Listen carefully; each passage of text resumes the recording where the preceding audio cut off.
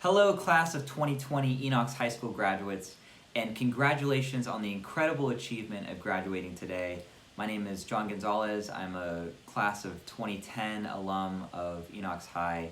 I was lucky enough to be a student speaker when I graduated, and I'm especially honored to be able to speak 10 years after that day. So thank you to the many staff and teachers that made this happen and made this happen for you all. I recently learned that there are 60 staff members and teachers that have taught at Enochs since 2010 when I was there. So that sort of dedication to education is what makes this place so special. So be sure to recognize them in this day of your achievement. Apologies for the blue regalia today. I am also celebrating being conferred a degree today from Yale Law School, a place I could have only dreamed of when I was in high school. So I wish I was wearing the gold and black, but unfortunately this will have to do today. Something that I thought could be a cool exercise for this speech is to come up with 10 pieces of unsolicited advice from someone 10 years out of high school. So I'm not sure if any of it will be helpful, but at the very least I hope it's thought-provoking and something you can have discussions about later. So my first piece of unsolicited advice is to journal. Something you've probably learned in every single one of your history classes is that those that don't know their history are doomed to repeat it. And we could think about that with political regimes and with wars, but we often don't think about that in the context of our own lives. And one of the regrets I have in my life over the last 10 years is not having journaled more, because I've had amazing experiences, but there are many years that have gone pretty unexamined by me, and I don't have much of a recollection or an encapsulation of what happened in that time. And for my friends that have journaled, they can see the ebb and flow of their life, the season premieres and the series finales, and sort of these amazing highs and lows of their lives, which I think is really helpful, because in addition to memorializing things that have happened in your life, journaling can allow you space to process things. And you can do that with friends and colleagues and mentors, but it's very important for you to do that on your own. As Socrates said, the unexamined life is not worth living. Start examining it, you won't have regrets. Piece of unsolicited advice number 2. You are not the worst thing that you've ever done. I'm not the worst thing that I've ever done, and they are not the worst thing that they've ever done. It's so easy to put labels on ourselves based on things that have happened in the past.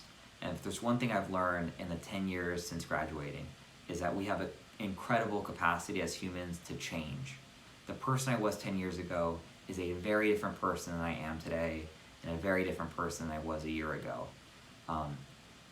Just think about this. 7 years from now, every single cell in your body will have been replaced with a new cell. So 7 years from now, your physical body will literally be a different one. And I think the progression of our minds goes at even a more rapid pace.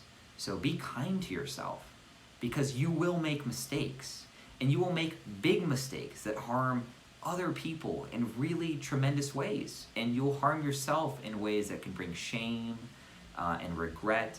But understand that you don't have to define yourself by that, and that you have a capacity to change. If you want to see this in action, I highly recommend the show The Good Place on NBC. It's a great artistic display of this principle, and I hope that you take it with you. Piece of unsolicited advice number 3 is that the world is so big. The world is so much bigger than you can even imagine right now. When I graduated from Enochs, I hadn't been outside of Modesto very often. I hadn't been outside of California, but a handful of times. And I think it's important to realize that there's a big world out there outside of Modesto. And you might not be able to travel there, but at the very least you can have conversations with people from other countries and different states, and you can read books about people that inhabit different countries and different worlds. And that's so important, not just to gaining empathy for those around you, but also keeping yourself sort of in the know with incredible job opportunities. Because the things that you will achieve in life will only be limited by your imagination. So cultivating that imagination by experiencing this big world is going to be so helpful to you. So please do that. Piece of unsolicited advice number 4, the internet does not exist. in reality, it does exist, but the principle still stands. The biggest sort of source of unhappiness I've had in my life have really been because of social media sites like Facebook and Instagram and Twitter. And I think what's helped me sort of gain distance from that and ideas of self-worth as defined by your profile on a social media website is to understand that the internet and these websites don't really exist in a way that this water next to me exists, or the person watching the video with you today exists in real life. And I hope that can give you some space, and that's helpful. Piece of unsolicited advice number 5. If you want to send an angry email, if you want to send an emotional text, or if you want to yell at somebody, wait, sleep on it, and decide if you want to still do that in the morning. A lot of the mistakes I've made in my life can be traced back to very emotional decisions I made when I wasn't at my best, when I was tired, when I was fatigued, when my brain wasn't working perfectly. And if you can just hold off on that, sleep on it, and examine it with a sort of objective mind the next day, that can help you decide whether or not to send that email or text. Because you have to watch what you say, because you can't take it back. So be aware of that. Piece of unsolicited advice number 6. Talk to older people, especially those in the later years of their lives. There's something about our culture that sort of denigrates those that are older.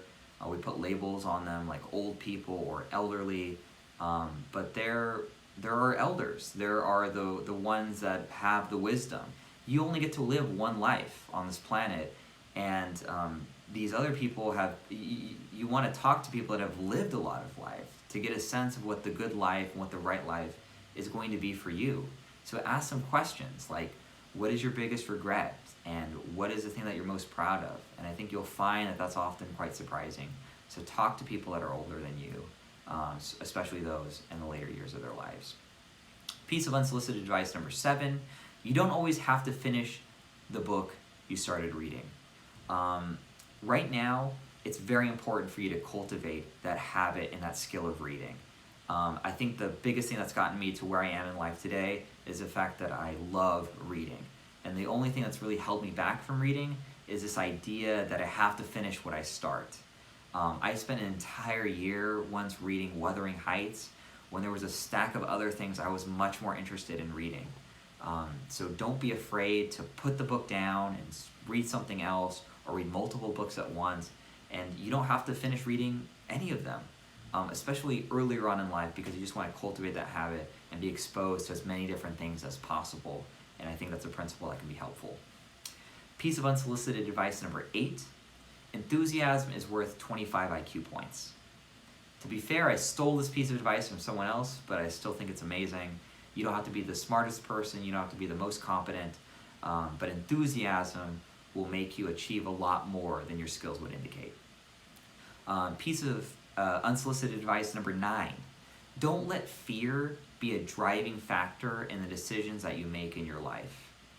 When you're deciding something, ask yourself, are you doing it because it's the right thing for you to do, or it's because you're fearful of something?